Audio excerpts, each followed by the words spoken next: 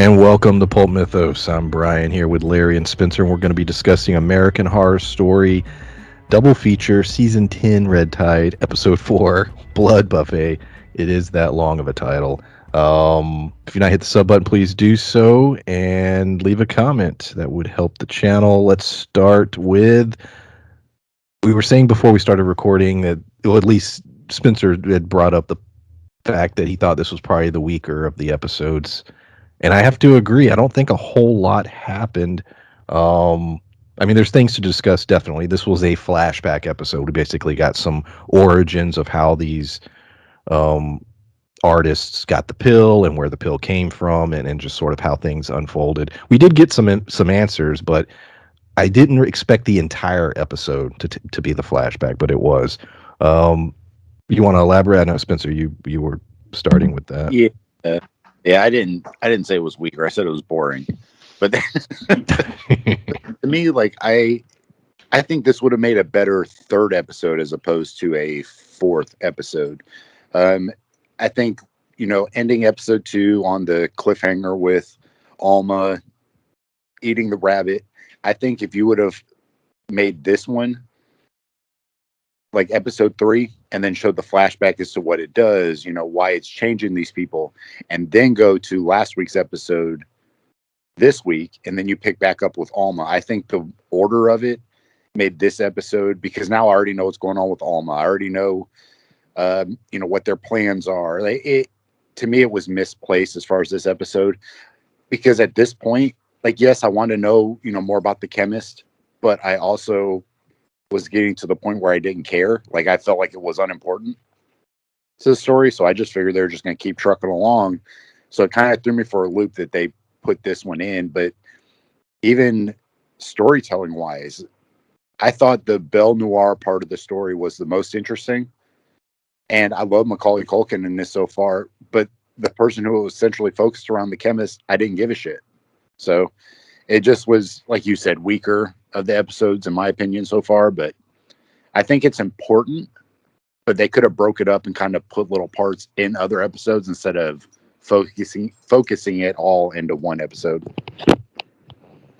Yeah, I gotta agree with that. It just feels like, because we're so close to finale, like almost like it's delaying the finale or buying time in a way, because we only have, like you said, 2 more episodes, and it feels like you were saying, Brian, and you were saying, Spencer, that it should have either been earlier, or it should have been one of those episodes where you're blending a flashback with modern day stuff. And I guess, that's just a hard thing for a lot of creators to fill out, whether it should be a full flashback or whether you should mix it up. Because I know maybe I sound like a hypocrite, because sometimes I say the other way around, that we need more flashback, or it should have just focused. But in this case, yeah, it's we should have focused more on the modern day stuff. Things are coming to a head right now in the series. Yeah. Well, and go ahead. no, I was just saying, what we were talking about before we hopped on here, I think that this is going to tie in later.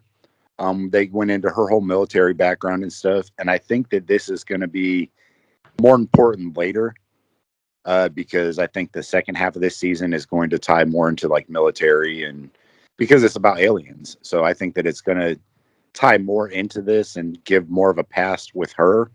But the way that it was broken up and the way it was kind of introduced and the way it was felt drawn out, it almost took me out of the season.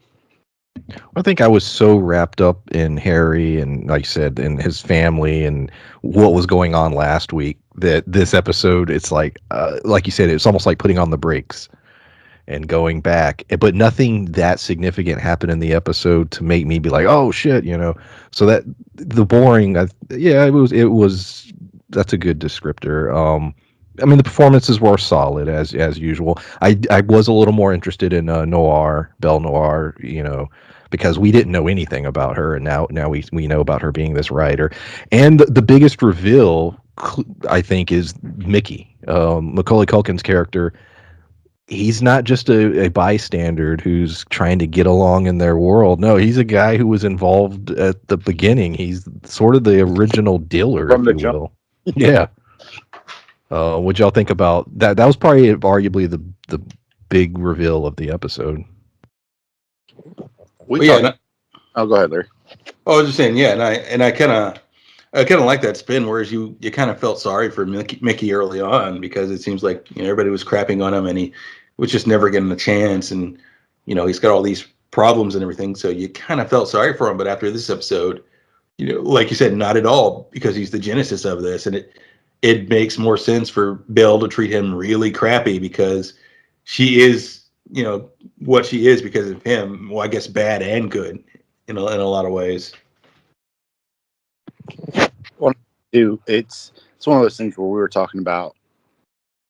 I like Macaulay Culkin, and his childhood acting career, like has a lot of resonates with me a lot. A lot of his movies are very memorable to me, but even this, finding out that he was an integral part to this spreading like it did, it to me it was very interesting because it's that like he's fighting to survive in this community where he's obsolete. Yet, even from the jump, he was talking about how he has these dreams. He wants to do all these things, but he's, in a city where he got hooked on drugs and he's just scraping by. He's not fulfilling any of his dreams. So he's got this person who kind of promises to help him do that. And he just jumps on board and throws every single other person in the city under the bus in the process. It brings more significance even to a scene that I really loved last week when he kills the guy under the dock, because now that scene, you're starting to now get the bigger picture of Mickey and his journey of that. There was so much desperation in that scene, and it's all sort of coming together now that this is a guy who he was trying to make it. He rejected the pill, but he was still involved in getting it out there. It's a lot of it's his. He caused a lot of this in some ways, and now he's embracing it and he's becoming part of it. And it was interesting, that dynamic between Belle Noir, because she almost looks down on him. Like there's this weird dynamic where it's weird because it's like you two are the same. But she sort of sees him differently. I'm assuming that the next two episodes, what his decisions are going to be critical in the next two episodes, I think, in terms of what happens with this whole the chemist wanting everyone dead, and it'll be interesting to see what he decides and what side he falls on. Well, yeah, and this was kind of a seeing this flashback, it was kind of a 180 in a way, because whereas it seems like Mickey's always being used in a very real sense, he kind of used them as guinea pigs before he decided to take this drug himself. Yeah, exactly. That's a great point. Well, yeah. He was trying to see, it was almost like he was biding his time to see what would happen and if it was worth it. That's true. Yeah. Well, it was funny because when he got the pills and started taking them, and nobody was like, stop him, you can't have them. I thought that was a little weird last week, but I didn't, I thought about it, but I didn't think a whole lot about it. And now it's like, well, he always had a hookup if he wanted, Yeah. Well, and it seemed through last week, it was almost like he doesn't, I don't know if the chemist pushed him away or if he realized, how strong the drug was and was trying to get away from it, or what, or because basically everyone in the town is either taking it or turned into a zombie, the zombie vampire version. But it seemed as though he was one of those ones that was fighting against it. He didn't want to do it. And then it's almost like he didn't want the chemist to know that he gave in and finally started taking it, which is the reason he's stealing it from other people. That's true too. Yeah, because he was. I think he stole it from Austin. It was Belle. Was it Belle? Oh. It wasn't that giant mansion. It was that white beachfront house that. Because I thought the same thing. Because when he went in to steal the pills, steal the pills. It was the same house that tuberculosis Karen or whatever her name was. That's what they call her. It was it? Okay, that was a good guess. That she brought the baby to was that house, and that's where Belle was. Oh yeah, she fed her the baby. We find out that Belle Noir, she was this writer, and the whole Washington romance novels. I liked all that. That was funny, a little comedy, her husband was an asshole, treated her like shit. She ended up killing him first. I wanted to go into that real quick because she kills him, doesn't think much about it, and then when she meets the tattooist, I can't remember the character's name, but she talks about how she killed her boyfriend, and they throw around murder, and then we even saw it last week when Mickey kills the dude in the dock. It's like the pill also deadens the way you perceive people, your emotions. The chemist talks about how people who are untalented, it creates rage in them. People who are talented, it creates this arrogance.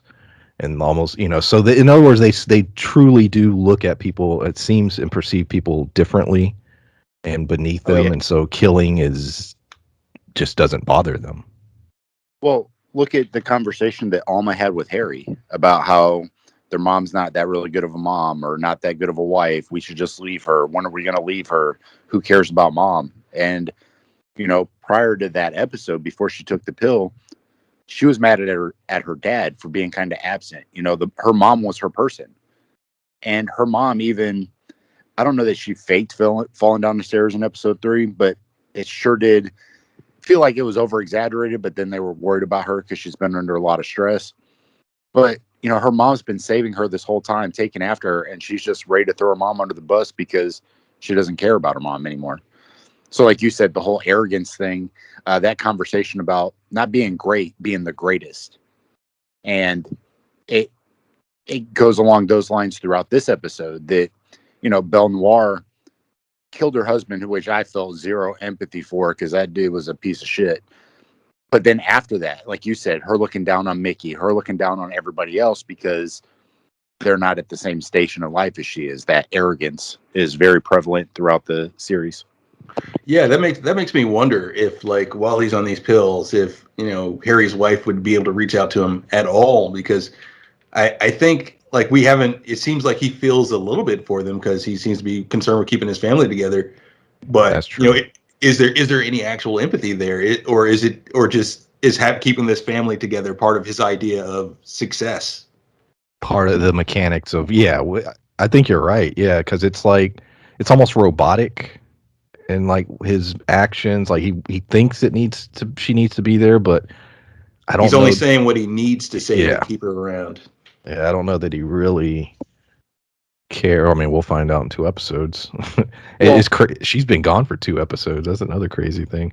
Well, I think what you said, Larry, is super important. That the success thing, because they said that this pill, success becomes like an addiction. Like you get addicted to being successful. So they always say, we write up a bunch of scripts, we stock up a bunch of stuff, and then just come back in the winter every year. But during the summer, they don't take it at all. But they said it's very hard for them to do that because you get addicted to the success of it. So like you said, I think the only reason he's even trying to keep her around is because he feels he doesn't want to fail at something. And if he loses her, he feels like he failed at his marriage. He failed at, being a dad. Do you think she's talented? I keep wondering if she's going to take the pill. Like little that episode with the shoulder pad jacket, dude, I was fucking dying. Yeah, we can go into that too. I didn't have a whole lot to say. The guy, it was a lot of comic relief, I thought, but it explained, sort of the journey of that. They still didn't explain the teeth. How do those guys get the teeth? Is it natural, or do they also go to the tattooist? Yeah, it didn't explain, but it does make a little room, I think, for the idea that maybe they get them early on. Well, that the tattooist does that for them too, because there is it's a process. Yeah, you're right. Yeah. It takes time. Yeah. So maybe that's it, or maybe they just get them natural. It's still not 100% clear. Well, and they show that I almost want to call them White Walkers. I know that, but that's what like that seems like the best description of them. But the overly Nosferatu looking zombie people, their teeth could be naturally come in like that. The only reason I say it could be part of the result of the pill as opposed to getting filing is because it's almost like they lose all their humanity. They become something other than humans at that point. Like even the way they walk around, the way they move, everything about them. whereas the people who are talented, they have some semblance of humanity left in them, even though it's very skewed and very fucked up version of it. They still have some of that left. Yeah, and there seems to be a deeper addiction with the untalented people that take it as well, because you saw there was a visible transformation. There were things that the guy was worried about and stuff. He's losing his hair and everything. He's like, well, yeah, but I just need more of these pills. He kept kind of doing that. So like they mentioned in the previous episode, like where they said like they don't seem to be able to accept the fact that they don't have talent, but there seems to be more there, like an addiction. Yeah, definitely. We get introduced to Patio Furniture. Evan Peters, or Austin Summers, the character. We get to see how he met Belle Noir and just the beginning of his journey. And it involved, he was doing drag, wasn't working out. He was just doing it as a gig. He was trying to make money. He was a failed playwright, and it was a playwright, right? Yeah. And gets on the pill. He has talent and starts his little killing spree, and then we know where he is now. Of all the origins, I definitely thought Belle's was the more interesting in terms of I'd see the character differently now than I did. Still, she is what she is, but I do see her a little differently. And obviously, like I said, I thought Mickey had the biggest reveal. My biggest gripe, and my last major point, and then anything you guys want to talk about is the fact that we still don't really know shit about the chemist. Like, okay, she worked for the military. We know about the experiments. She developed this pill. She had tested it on, I guess, apes or whatever. Similar results of what's happening in humans. She's doing these tests. Mickey's helping her. That's fucking it. I don't know what her end game is. Maybe she's trying to sell it. How it's been 5 fucking years. Like, and that's another thing. Like, this isn't like a progress of like, oh, the last 6 months to a year. No, this has been a 5-year process. It was a 5-year jump in the timeline. And so, yeah, that's probably my biggest, like, are we going to get more? Now, Spencer, you're probably right. We're probably in the second half. Maybe we'll get that, when we're doing the, I guess, alien story or whatever it's going to be called. But, well, because that's the only thing that makes sense to me, because what she's doing, she was trying to study like emotions and how strong they were inside of the brain, and the military was trying to develop like the perfect soldiers that so that they were emotional. But this is almost like a cross between that, because like we said, with the arrogance and everything else, it almost creates a lack of empathy, which is what they were desiring with the pill. They wanted to create like this lack of empathy, but I don't know if she like starts to feel bad, or if, when she talks about training it on or applying it to primates and monkeys and stuff, if perhaps they used it on aliens at Area 51. Like, I really feel like they're going to tie in, but I think that that's the whole point of her story almost, is to tie the two stories together, because I don't feel like her story arc is important otherwise, other than to tie the two stories together. Because to me, it's almost like she's like a plot developer. We don't really care what happens with her, but she's important to move the plot forward.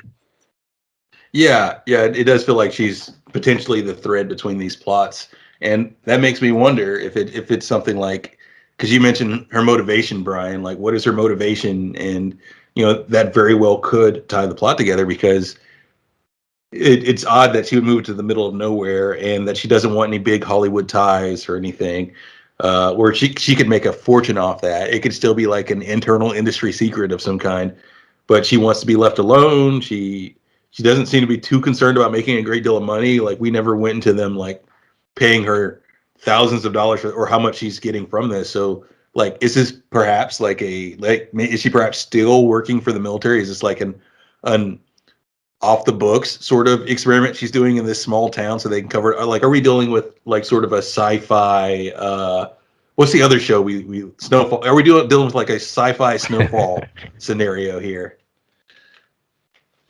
Yeah, because it doesn't seem like money is her motivation. Because she could be taking way more out of like Belle Noir, and Mhm. like they make a lot of money, and it's because of her. And she could be like, yeah, I want half your shit. Yeah. If she could easily say that, but she doesn't. So the research is definitely a motivating factor for her, but where is it going, and what is the end game? Is I think the question. But yeah, we'll find out. I really don't have anything else. Like I said, not a whole lot happened. Anything else you guys want to talk about regarding this episode? Not just I just 100% with agree with Spencer that the tie may be alien experimentation. I bet I'd almost bet money that the second half of this season we'll go back and we'll see the chemist in it at some point, and it'll segue into the first half. Yeah, we brought it up a couple times throughout while we were talking, but that's the only thing that I can think of that would make this episode not be completely just a waste of an hour. It was 50 minutes. 51 minutes. That's 51 minutes that I had to rewatch parts of it this morning because I was so fucking tired last night. I was getting bored and falling asleep. And the only reason I rewatched parts of it was because of this. Yeah. Yeah, so if they do this right, there may be a really cool way to sort of, once the season is done, machete order this season and get a really interesting watch and really enhance this episode. Oh yeah, I agree. There's lots of, we've talked about that before. There's lots of shows we watch and lots of movies that we watch that are, trilogies, quadruplies. I don't know. Like there's movies that have like 19 parts to them. But I mean, even like the Fast and Furious, if you watch number 7 for, no, I'm just playing. Tokyo Drift. But yeah, they put respect on Tokyo Drift's name. Yeah, man, that's the best one. God, I've seen that one so many times, and not because I wanted to. Yeah, God. I worked at a movie theater when that came out, so I've watched it a bunch. Not on purpose, just because I had to. I think a machete order would be good for this season because I feel like once it's all said and done, it would be better to watch it in order. But I also understand that if they started this season with the chemist, I would care less about what's happening with Harry. So I understand why they did it this way. But once it's all said and done, like you said, I think it would be a good idea to do. It'll be funny if it has if both halves have nothing to do with each other. There's no connection. Or it ties into another random season. It's like Coven. That's what the Aliens and Coven. Or the chemist is there, but it doesn't really segue in any real way to the previous half. Yeah. It's just gonna tie into Ghost House. What? Aliens? That was season 2, wasn't it? 2 was the asylum. Yeah. Yep. They could tie into that shit. We'll see. But yeah, that was American Horror Story. It's a pain in the ass trying to put the tags in these things because it's American Horror Story double feature season 10 Red Tide episode 4 Blood Buffet. And like I try to look at what the other people posting reviews, and they're just like, fuck, they're basically having to put as much of that in there. You should just put just one giant acronym and be like AHS Arts DS 10 Art. Yeah.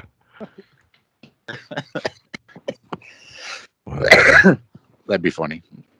All right. I guess we'll see y'all next time. Bye. Bye.